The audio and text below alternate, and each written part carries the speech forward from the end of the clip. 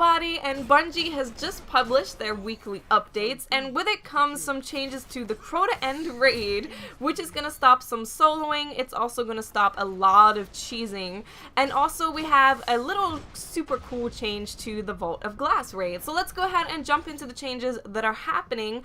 First of all, we have the existing treasure chest that is in the Abyss when you go into the Crotas end raid will now only drop radiant materials. So as I'm sure a lot of you guys know, you could go into the Abyss raid part of the raid by yourself and go to the left, and there will be 2 doors and one of them will open at some point, and you could go in there and go and open the chest, and that chest had a chance of dropping exotic materials, armor, materials like radiant materials, and it also had a chance of giving you class items. Now this chest is only going to give you radiant materials, so you cannot go in there and expect to get something super awesome just by going in there and opening a chest. But what they have done to kind of make this better for people that are actually doing the raid with a full team legitimately, they've now made it to where when you kill Urgut after you finish that encounter, she now has a chance to drop exotic weapons, armor, class pieces, and radiant materials. So as it stands right now, when you kill Urgut, you get absolutely nothing, which I thought was a little weird. I understood it, but I definitely think that it's a lot better to have her dropping something because it is an encounter. It's a checkpoint. You have to go through killing her to get to the next part. So I really like that they did this. It definitely makes sense for them to do this to where you actually get something from Urgut. So now you can't get the chest and get awesome materials and exotics and all that stuff, but you can get them all by killing Urgut instead.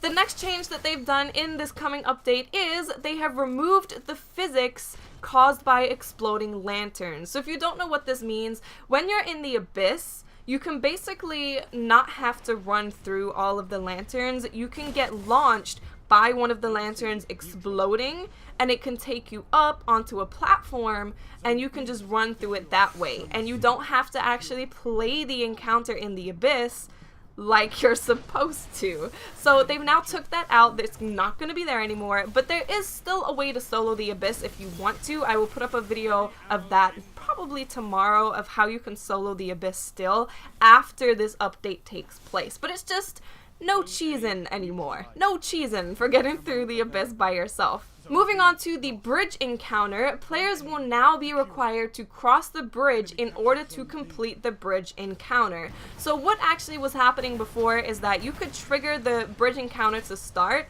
and you could just snipe the dudes on the other side, and once you kill them, you could just cross the bridge. You're not going to be able to do that anymore. And players will now be required to wait for the bridge to be completed prior to crossing with the sword, because also what you could do is that you could pick up the sword from the sword bearer and cross just by swinging the sword. You wouldn't actually have to cross the bridge, so you're not going to be able to do that anymore either. So cheesing completely gone from the Crota's end raid. Moving on to killing Crota himself, 2 sword bearers will no longer spawn at the same time at the outset of the encounter. Crota will now recover from his kneeling state after a player quits. This is really big for anyone that was not only soloing the raid, but duoing the raid and doing the raid in a full team, but just didn't want to do it properly. What happened was the host would quit out of the game when Crota got on his knees, and he would stay on his knees, and you could just kill him with 1 sword. So that was a huge cheese of Crota. You will now have to kill Crota the proper way, the way that it is intended. You cannot cheese it anymore. They also fixed the bug that allowed players to remove the presence of Crota by using a Radiance Warlock's Fireborn ability, and they also fixed the bug that made the Oversoul appear destroyed to some players in a fire team when it was actually still active. I actually experienced this bug before. I was like, oh cool, we're cool, and then I was like, oh, we're dead. We're not so cool. And next, a super cool update to the Vault of Glass. Exotic weapons that drop in the Vault of Glass are now level 32. So I actually didn't have much of a reason to play the Vault of Glass anymore. I just thought that it was kind of a time waste whether I'm doing it on hard or not. But now I will actually have a reason to go and play it because I can get level 32 exotics. which is awesome. I'm really glad that they did this change. And lastly, we have something for all of the PvP players and the Crucible stompers, which I like to think I am, although sometimes not so much.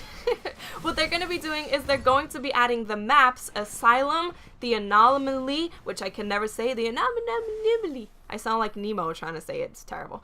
And the Burning Shrine will all be added to existing Clash and control playlist rotation. This is awesome because these maps are pretty freaking cool and you never get to play them unless you're playing Rumble, Salvage, or Skirmish. So now you will be able to play these maps when you're playing Clash and Control. And also the Iron Banner is returning with updated rewards running from January 13th through January 19th. So time to get my grinding pants on. Hopefully they're letting us get chests. I would really like an Iron Banner chest. Or helmet. No pants and gloves, please. Thank you.